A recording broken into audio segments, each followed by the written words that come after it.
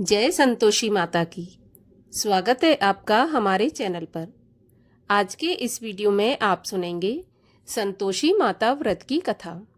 संतोषी माता का व्रत शुक्रवार को किया जाने वाला सबसे उत्तम व्रत है। संतोषी माता का व्रत करने से सभी प्रकार की मनोकामनाएं पूरी होती हैं। तो सभी प्रकार की व्रत कथाएं सुनने के लिए और हमसे जुड़े रहने के लिए आपको केवल हमारे चैनल को सब्सक्राइब करके बेल आइकन पर प्रेस करना है। आज की कथा अच्छी लगे तो लाइक करना है और शेयर करना है। तो चलिए अब हम सुनते हैं शुक्रवार व्रत की कथा। एक बुढ़िया थी और उसके 7 पुत्र थे। 6 कमाने वाले थे, एक निकम्मा था। बुढ़िया माँ 6 पुत्रों की रसोई बनाती, भोजन कराती और पीछे से जो कुछ बचता तो 7वें को दे देती थी। परंतु वह बड़ा भोला भाला था, मन में कुछ विचार नहीं करता था। एक दिन अपनी बहू से बोला, देखो मेरी माँ का मुझ पर कितना प्यार है। वह बोली, क्यों नहीं, सबका जूठा बचा हुआ तुमको खिलाती है। वह बोला, ऐसा नहीं हो सकता, मैं जब तक अपनी आँखों से नहीं देखूं तब तक नहीं मान सकता। तो बहू बोली, देख लोगे तब तो मानोगे। कुछ दिन बाद बड़ा त्योहार आया। घर में 7 प्रकार के भोजन और चूरमा के लड्डू बने। वह जांचने को सिर दर्द का बहाना करके पतला कपड़ा सिर पर ओढ़कर रसोई घर में सो गया और कपड़े में से सब देखता रहा। 6 भाई भोजन करने आए। उसने देखा माँ ने उनके लिए सुंदर सुंदर आसन बिछाए हैं, 7 प्रकार की रसोई परोसी है और आग्रह करके जिमाती है। वह देखता रहा। 6 भाई भोजन करके उठे तब माता ने उनकी जूठी थालियों में से लड्डुओं के टुकड़ों को उठाया और एक लड्डू बनाया। जूठन साफ कर बुढ़िया माँ ने पुकारा, उठो बेटा, 6 भाई भोजन कर गए, अब तू ही बाकी है, उठना, कब खाएगा। वह कहने लगा, माँ मुझे भोजन नहीं करना, मैं परदेश जा रहा हूँ। माता ने कहा, कल जाता हो तो आज ही चला जा। वह बोला, हाँ हाँ माँ, आज ही जा रहा हूँ। यह कहकर वह घर से निकल गया। चलते समय बहू की याद आई।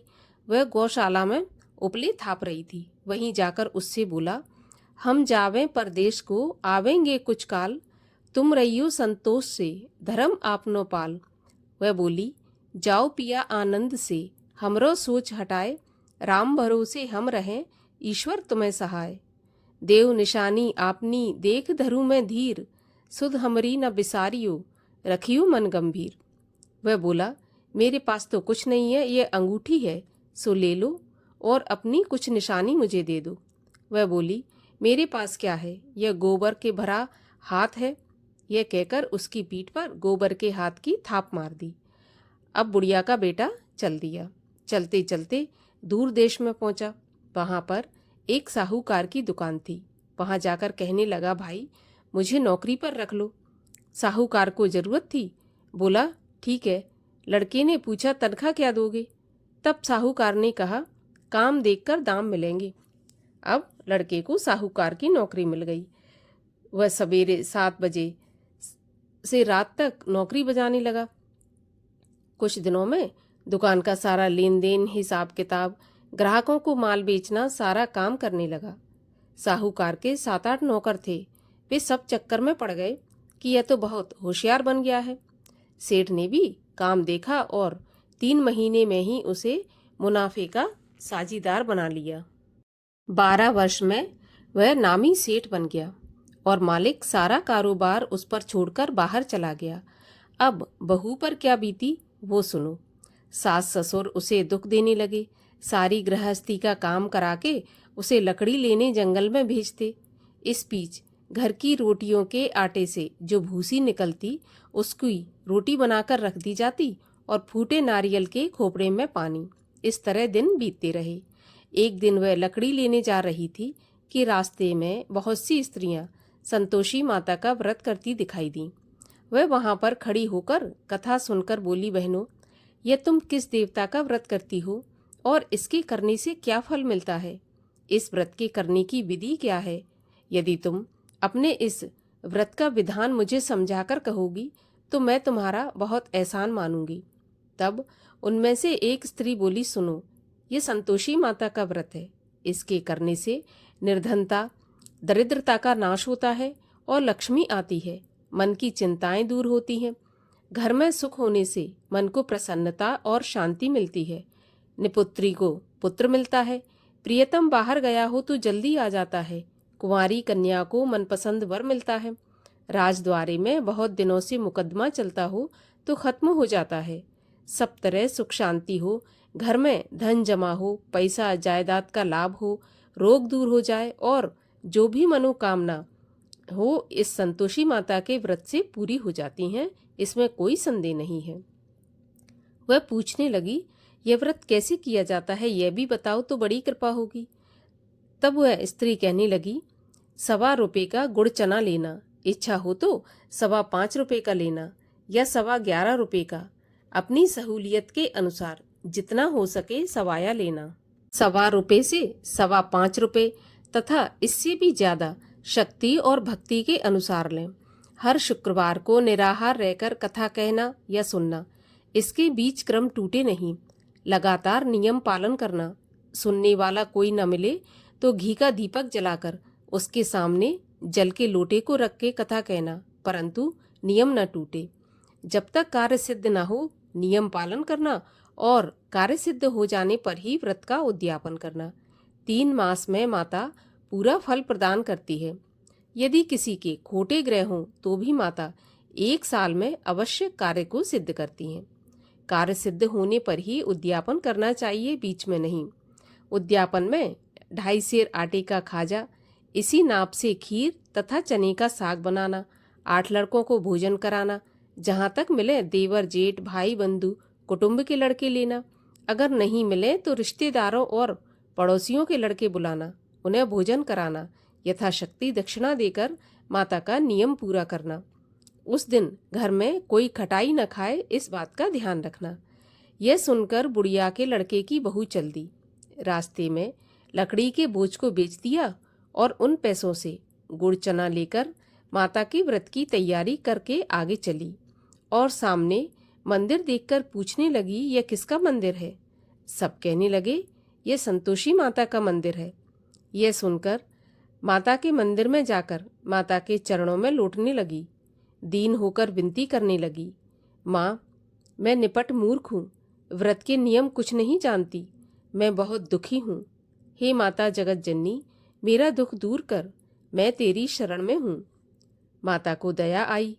एक शुक्रवार बीता कि दूसरे शुक्रवार को ही इसके पति का पत्र आ गया और तीसरे को उसका भेजा हुआ पैसा भी आ पहुंचा। यह देखकर जेठानी मुंह से कोड़ने लगी, इतने दिनों में इतना पैसा आया, इसमें क्या बड़ाई है? लड़के ताने देने लगे। काकी के पास अब पत्र आने लगे, रुपया आने लगा, अब तो काकी की खातिर बढ़ेगी, अब तो काकी बुलाने से भी नहीं बोलेगी। बेचारी सरलता से कहती, भैया पत्र आवे रुपया आवे तो हम सबके लिए अच्छा है। ऐसा कहकर आंखों में आंसू भरकर संतोषी माता के मंदिर में आकर मातेश्वरी के चरणों में गिरकर रोने लगी। माँ, मैंने तुमसे पैसा नहीं मांगा, मुझे पैसे से क्या काम है, मुझे तो अपने सुहाग से काम है, मैं तो अपने स्वामी के दर्शन और सेवा मांगती हूँ। तब माता ने प्रसन्न होकर कहा, जा बेटी, तेरा स्वामी आएगा। यह सुनकर खुशी से बावली हो घर में जाकर काम करने लगी। अब संतोषी माँ विचार करने लगी कि इस भोली पुत्री से मैंने कह तो दिया तेरा पति आएगा, पर आएगा कहाँ से? वह तो सपने में भी इसे याद नहीं करता, उसे याद दिलाने मुझे ही जाना पड़ेगा। इस तरह माता बुढ़िया के बेटे के पास जाकर स्वप्न में प्रकट होकर कहने लगी कि साहूकार के बेटे, सोता है या जागता है? वह बोला, माता, सोता भी नहीं हूँ, जागता भी नहीं हूँ, बीच में ही हूँ, कहिए क्या आज्ञा है? माँ कहने लगी, तेरा घर बार है या नहीं? वह बोला, मेरा सब कुछ है माता, माँ बाप, भाई बहन, बहू, क्या कमी है? माँ बोली, भोले पुत्र, तेरी स्त्री बहुत कष्ट उठा रही है, माँ बाप उसे दुख दे रहे हैं, वह तेरे लिए तरस रही है, तू उसकी सुध ले। वह बोला, हाँ माता, यह तो मुझे मालूम है, परंतु मैं जाऊं तो जाऊं कैसे? परदेश की बात है, लेन देन का कोई हिसाब नहीं है, जाने का कोई रास्ता नजर नहीं आता, कैसे चला जाऊं? माँ कहने लगी, मेरी बात मान, सवेरे नहा धोकर संतोषी माता का नाम ले घी का दीपक जलाकर दंडवत करके दुकान पर बैठना। देखते देखते तेरा लेन देन चुक जाएगा, जमा माल बिक जाएगा, सांझ होते होते धन का ढेर लग जाएगा। वह सवेरे बहुत जल्दी उठकर स्नान आदि करके संतोषी माँ को दंडवत करके घी का दीपक जलाकर दुकान पर जा बैठा। थोड़ी देर में वह क्या देखता है कि देने वाले रुपया लाए, लेने वाले हिसाब लेने लगे। कोठे में भरे सामानों के खरीददार नगद दाम में सौदा करने लगे। शाम तक धन का ढेर लग गया। माता का चमत्कार देख प्रसन्न हो मन में माता का नाम ले घर ले जाने के वास्ते गहना कपड़ा खरीदने लगा और यहाँ के काम से निपटकर घर को रवाना हुआ। वहाँ बहू बिचारी जंगल में लकड़ी लेने जाती है, लौटते वक्त माँ के मंदिर पर विश्राम करती है। वह तो उसका रोज रुकने का स्थान था। दूर से धूल उड़ती देख वह माता से पूछती है, माता ये धूल कैसी उड़ रही है? माँ कहती है, पुत्री तेरा पति आ रहा है। अब तू ऐसा कर, लकड़ियों के 3 बोझ बना ले। एक नदी के किनारे रख, दूसरा मेरे मंदिर पर और तीसरा अपने सिर पर रख। तेरे पति को लकड़ी का गट्ठा देखकर मोह पैदा होगा, वह यहाँ रुकेगा, नाश्ता पानी बना खाकर माँ से मिलने जाएगा। तब तू लकड़ियों का बोझ बनाकर घर जाना और बीच चौक में गट्ठा डालकर 3 आवाजें जोर से लगाना। लो सासू जी, लकड़ियों का गट्ठा लो, भूसे की रोटी दो, नारियल के खोपड़े में पानी दो, आज कौन मेहमान आया है। माँ की बात सुनकर बहू बहुत अच्छा माताजी कहकर प्रसन्न हो लकड़ियों के 3 गट्ठे ले आई। एक नदी के तट पर, एक माता के मंदिर पर रखा। इतने में ही एक मुसाफिर आ पहुंचा। सूखी लकड़ी देख उसकी इच्छा हुई कि अब यहीं पर विश्राम करें और भोजन बना खाकर गांव जाए। इस प्रकार भोजन बना विश्राम कर वह गांव को गया। सबसे प्रेम से मिला। उसी समय बहू सिर पर लकड़ी का गट्ठा लिए आती है। लकड़ी का भारी बोझ आंगन में डालकर जोर से 3 आवाज देती है, लो सासू जी, लकड़ी का गट्ठा लो, भूसे की रोटी दो, नारियल के खोपड़े में पानी दो, आज कौन मेहमान आया है। यह सुनकर सास बाहर आकर अपने दिए हुए कष्टों को भुलाते हुए कहती है, बहू ऐसा क्यों कहती है? तेरा मालिक ही तो आया है। आ बैठ, मीठा भात खा, भोजन कर, कपड़े गहने पहन। इतने में आवाज सुनकर उसका स्वामी बाहर आता है और अंगूठी देखकर व्याकुल होकर माँ से पूछता है, माँ यह कौन है? माँ कहती है, बेटा ये तेरी बहू है। आज 12 वर्ष हो गए जब से तू गया है, तब से सारे गांव में जानवर की तरह भटकती फिरती है, कामकाज घर का कुछ करती नहीं, 4 समय आकर खा जाती है। अब तुझे देखकर भूसे की रोटी और नारियल के खोपरे में पानी मांगती है। वह लज्जित होकर बोला, ठीक है माँ, मैंने इसे भी देखा है और तुम्हें भी देखा है। अब मुझे दूसरे घर की चाबी दो तो मैं उसमें जाकर रहूँगा। तब माँ बोली, ठीक है बेटा, जैसी तेरी मर्जी। यह कहकर माँ ने चाबी का गुच्छा पटक दिया। उसने चाबी लेकर दूसरे कमरे में, जो कि तीसरी मंजिल के ऊपर था, खोलकर सारा सामान जमाया। एक दिन में ही वहां राजा के महल जैसा ठाट बाट बन गया। अब क्या था, वे दोनों सुखपूर्वक रहने लगे। इतने में अगला शुक्रवार आया। बहू ने अपने पति से कहा, मुझे माता का उद्यापन करना है। पति बोला, बहुत अच्छा, खुशी से करो। वह तुरंत ही उद्यापन की तैयारी करने लगी। जेठ के लड़कों को भोजन के लिए कहने गई। उन्होंने मंजूर किया, परंतु जेठानी ने अपने बच्चों को सिखा दिया कि देखो, भोजन के समय सब लोग खटाई मांगना, जिससे इसका उद्यापन पूरा न हो। लड़के खाना खाने आए, खीर तो पेट भर कर खाई, परंतु याद आते ही कहने लगे, हमें कुछ खटाई खाने को दो, खीर खाना हमें नहीं भाता, देखकर अरुचि होती है। बहू कहने लगी, खटाई किसी को नहीं दी जाएगी, यह तो संतोषी माता का प्रसाद है। लड़के तुरंत उठकर खड़े हो गए और बोले, पैसे लाओ। भोली बहू कुछ जानती नहीं थी, सो उन्हें पैसे दे दिए। लड़के उसी समय जाकर के इमली लेकर खाने लगी। यह देखकर बहू पर माता ने कोप किया। राजा के दूत उसके पति को पकड़कर ले गए। जेठ जेठानी मनमाने खोटे वचन कहने लगे। लूट लूट कर धन इकट्ठा करके लाया था, सो राजा के दूत पकड़कर ले गए। अब सब मालूम हो जाएगा जब जेल की हवा खाएगा। बहू से ऐसे वचन सहन नहीं हुए। रोती रोती माता के मंदिर में गई। हे माता, तुमने यह क्या किया? हंसाकर अब क्यों रुलाने लगी? माता बोली, पुत्री, तूने उद्यापन करके मेरा व्रत भंग किया है। इतनी जल्दी सारी बातें भुला दी। वह कहने लगी, माता, भूली तो नहीं हूँ, ना ही कुछ अपराध किया है। मुझे तो लड़कों ने भूल में डाल दिया। मैंने भूल से उन्हें पैसे दे दिए। मुझे क्षमा कर दो माँ। माँ बोली, ऐसी भी कहीं भूल होती है? वह बोली, माँ, मुझे माफ़ कर दो, मैं फिर तुम्हारा उद्यापन करूँगी। माँ बोली, अब भूल मत करना। वह बोली, अब भूल नहीं होगी माँ। अब बताओ वे कैसे आएंगे? माँ बोली, जा पुत्री, तेरा पति तुझे रास्ते में ही आता मिलेगा। वह घर को चली। रास्ते में पति आता मिला। उसने पूछा, तुम कहाँ गए थे? तब वह कहने लगा, इतना धन कमाया है, उसका टैक्स राजा ने मांगा था तो वही भरने गया था। वह प्रसन्न होकर बोली, भला हुआ, अब घर चलो। कुछ दिन बाद फिर शुक्रवार आया। वह बोली, मुझे माता का उद्यापन करना है। तो पति ने कहा, खुशी से करो। वह फिर से जेठ के लड़कों से भोजन को कहने के लिए गई। जेठानी ने एक दो बातें सुनाई और लड़कों को सिखा दिया कि तुम पहले ही खटाई मांगना। लड़के कहने लगे, हमें खीर खाना नहीं भाता, जी बिगड़ता है, कुछ खटाई खाने को देना। वह बोली, खटाई खाने को नहीं मिलेगी, खाना हो तो खाओ। वह ब्राह्मणों के लड़कों को लाकर भोजन कराने लगी। यथाशक्ति दक्षिणा की जगह एक एक फल उन्हें दिया। इससे संतोषी माता प्रसन्न हुई। माता की कृपा होते ही 9वें मास उसको चंद्रमा के समान सुंदर पुत्र प्राप्त हुआ।